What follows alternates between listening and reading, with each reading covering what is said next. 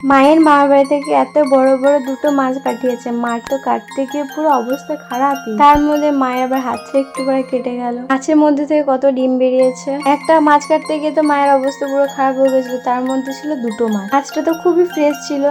ঘুম থেকে উঠে মুখে এত গ্লো থেকে তো আমার হাসি আর থামছে না। সকাল সকাল খুব খিদে পাচ্ছিল, তাই মুড়িটা বেড়ে নিলাম। এদিকে দেখি ঘুগনিটা ঠান্ডা হয়েছিল, তাই একটু গরম করে নিলাম। আগের দিন মা ঘুগনিটা করেছিল, পুরো মেলার মতো খেতে হয়েছিল, এত টেস্টি ছিল না। ওটা দিয়ে মজা করে মুড়ি খেয়ে নিলাম। বাবা মায়ের মামা বাড়ি গেছিল, ওইখান থেকে বড় বড় দুটো মাছ পাঠিয়েছে। একটু কাটতে গিয়ে তো মায়ের হাতটা একটু কেটে গেছিল।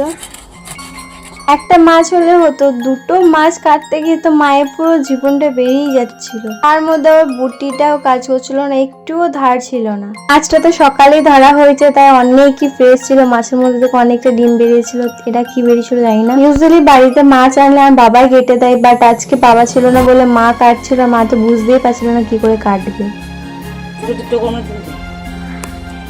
আমার মা বুঝতে পারছে না গাইস, বাপের জন্য প্রথম মাছ কাটছে, বুঝতে পারছে না, যা পাচ্ছে কেটে দিচ্ছে। মা তো কোনদিন কাটেই নি, তাহলে জানবে কি করে? আমাদের বাড়িতে মাছ চিকেন সব যখন আসে তখন আমার বাবাই সবকিছু পরিষ্কার করে দেয়। সত্যি বলতে আমার মা তো একদমই মাছ কাটতেই জানে না, কিভাবে কাটতে হয় মা তো কোনো কিছুই বুঝতে পারছিল না। আমার মা মাছ কাটতে পারে না বলে গাইস দেখো কি বিচ্ছিরি করে পিস করছে, ওইদিকে এটা পুরো ফেলে দিচ্ছে। আবার ডিমটাকে পুরো কেটে দিল, পিচ্ছিটাকে গলিয়ে দিল, ভিতরে আর পিচ্ছিটাকে পুরো গলিয়ে দিয়েছে। বেশি প্রবলেম হচ্ছিল বুটিটার জন্য, বুটিটাতে কাজ ছিল না বলে বেশি কষ্ট হচ্ছিল মায়ের। বুটিটা যদি একটু বেশি ধার থাকতো তাহলে এত প্রবলেমই হতো না। মা মাছ কাটছিল, তখন আমরা দু বোনের পাশে থেকে যে মাকে নিয়ে কত মজা করছিলাম। তোমরা এই ভয়েসগুলো শুনে ভাবতে পারো যে মাকে এইভাবে বলছেন, না আমরা এইভাবেই সবসময় মজাই করি, এটা কোনো আমাদের সিরিয়াস ব্যাপার না। আমরা মা মেয়ে কম বেশিরভাগ বন্ধু মতো থাকি। আমি তো মাকে না কিছু বলে থাকতেই পারি না। একটু গায়ের জোর নাই। আমি তো চুপ হয়ে গেছিলাম, আমার বোন তো কনস্ট্যান্ট বলেই যাচ্ছিল, তাই মা ওকে এক ঢিপুনে দিল মাছ হাতে। ফাইনালি মাছটা কাটা হলো এত কষ্ট স্ট্রাগল করার পর। বাবা মায়ের মা বাড়ি গেছিল, ওইখানে সকাল সকাল মাছ ধরেছে, ওইখান থেকে দুটো মাছ নিয়েছিল। এত ফ্রেশ ছিল না মাছটা। মায়ের মাছ কাটতে সেদিন যে কত টাইম লেগেছিল তার ঠিক নেই। বাবা বাজার থেকে আমগুলো এনেছিল, আমি তো খাই না, তবু দেখে তো পুরো লোভ লাগছে।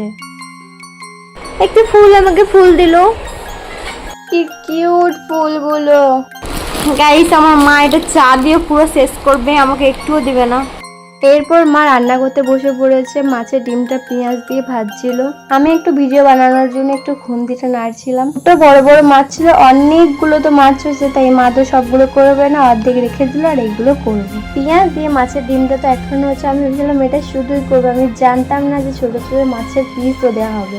জানি না বাবা কেমন খেতে হবে, আমার তো একদমই ভালো লাগে না, আমি চিংড়ি ছাড়া কোনো মাছই খেতে পারি না। ছোট থেকে ব্যাড স্মেল লাগে, তা এখনো পর্যন্ত আমি খেতেই পারি না। আমি এমনি এমনি রান্না করতে আসিনি, কারণ হচ্ছে আমার খিদে পেয়েছিল, তাই ব্রেডটা গরম করার জন্য। আর মা যদি দেখে যে আমি ব্রেড গরম করতে এসেছি তাহলে মা তোমাকে মারবে, ওই জন্য আমি রান্না করা নাটক করতে এসেছিলাম। ওটা ফটাফট করে আমি কড়াইটা বসিয়ে দিলাম, আর এমন ভাব করলাম যেন আমি কিছুই জানি না। তারপর আমি খেতে বসে পড়লাম। অর্ধেক মাছ তো মা ফ্রিজে ভরে দিল, তারপর আমরা লাঞ্চ করতে বসে পড়লো। আমার জন্য ডিম ভাজা ছিল, আর পান্তার মধ্যে আর কিছুই তো লাগে না। পেঁয়াজ দিয়ে মাছের ডিম ভাজা করেছিল, এই কালো কালো যে কি করেছিল কে জানে, আমি তো কোনোদিন খাইও নি। তার মধ্যে মা আলু ভেজে দিয়েছিল, আর আমি তো জানতাম না যে মাটন আছে। মাটন থাকলে তো আমি পান্তা ভাত নিতামই না, গরম ভাত দিয়ে মাটন যা লাগে না। ওটা রাতের জন্য রেখে দিলাম। আর পান্তার সাথে লঙ্কা মাখিয়ে খাবো না সেটা হতে পারে, শুকনো লঙ্কা কাঁচা লঙ্কা মাখিয়ে খেতে তো খুব ভালো লাগে। বিকালে ওদের স্নান করে নিয়েছে, আর বিকালে মাথায় বিচলে যে কি ভালো লাগে তার কোনো ঠিক নেই। যতদিন গরম পড়ছে ততদিন আমি বিকালে স্নান না করে তো থাকতেই পারি না। মুরগি নিবি? আমাদের টনি কত কথা বুঝতে শিখে গেছে, বলতে শিখে গেছে, কত বড় হয়ে গেছে মেয়েটা, কত কিউট লাগছে মেয়েটাকে। আর মিঠুর কাছে এসে মিঠুকে তো পুরো জ্বালিয়ে শেষ করে দেয়, আর ওকে জ্বালায় আর তনু হাসবে। মিঠুর বয়স মেবি 2 মাস, ও তো কামড়াতেও পারে না। নাচ করতে শিখেছে মেয়েটা। বিকালের ওয়েদারটা তো খুব সুন্দর ছিল, তার মধ্যে মেঘগুলো কত সুন্দর লাগছে, পুরো বরফের মতো লাগছে দেখতে।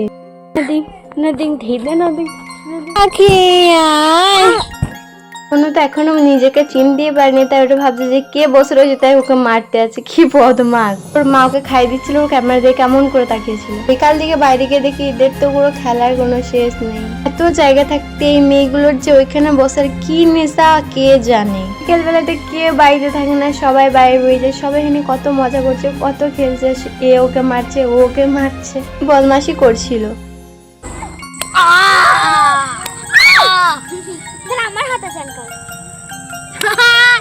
বিকাল বেলায় বাড়িতে এত গরম লাগছিল, বাড়িতে থাকতে ভালো লাগছিল না, তাই বাইরে চলে এসেছিলাম। অনেকক্ষণ বসে থেকে বাড়ি এসে ডিনার করতে বসে পড়েছি। ডিনারে তো চিকেন, মাটন, ফিশ সবই ছিল। মনের মতো সবকিছু নিয়ে ডিনার করে নিলাম।